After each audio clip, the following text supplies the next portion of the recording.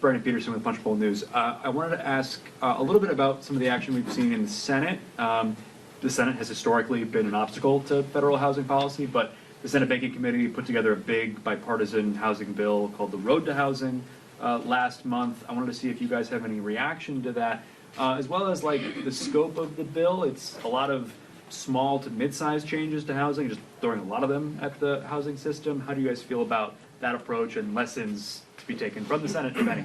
I think first, them just taking a big kind of swing or a butt swing, I guess, at the problem is at least it shows that they know that they have a problem they want to address. The keynote speaker for the summit was Ruben Gallego, who sits on the committee, on the Finance Committee in the Senate. And one of the things he was stressing is that, you know, in California, we need to deal with some of the regulatory issues, which we all agree that the state legislature and the governor have tried to address. And when I was there, I was trying to address it, but it took them kind of years to get that to a point. He mentioned something regarding they're kind of boxed in also by federal lands, and how do you deal with that? So I think some of the stuff that we can get done, we should get done. Stuff that doesn't cost money, stuff that will move the ball forward. But if we really want the scale, we're going to have investments in the billions of dollars. I asked, one of the questions I asked, what do we need? And I think how much would we need? The low-income housing tax credit, that expansion included about 15 to 16 billion. That would build about 1.2 million units over the next several years, 10 years. Still too small, right? So that's why it's like Congress is not going to be able to, like, we're going to play a role, but then a lot of it also has to be done at the local level to streamline a lot of their regulations. If they're choking development, that's still going to impact the supply. Greg Kossar mentioned Austin. I want to go visit Austin because it's the only place that I've been able to find that has changed some of their zoning to allow more density to be built, thereby bending the price curve on rents. Only place.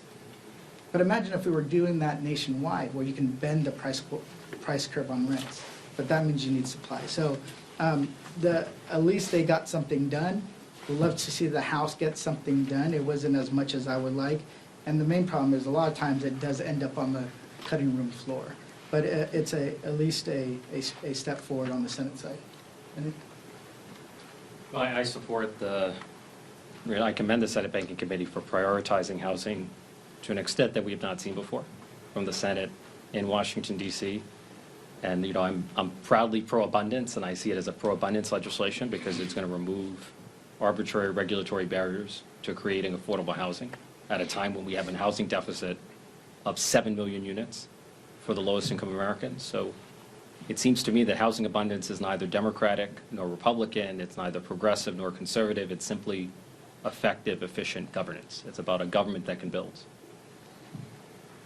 And he's absolutely correct. And one of my things is, like, if you say you're going to build a certain amount of units, but it's going to take too long, well, that's a problem. If it's not a big enough investment, that's a problem. If each unit costs $800,000, well, that's a problem. Or even $1 million in D.C. Yeah, exactly. Well, in LA, 800,000 units of. We might as well buy the home outright. Exactly, or buy them a home somewhere else. That's like, so we have to think differently, and I think it's partly is that Democrats have, I believe, come to grasp the severity of the issue, and that it just creates a lot of economic turmoil, plus turmoil in our political system itself.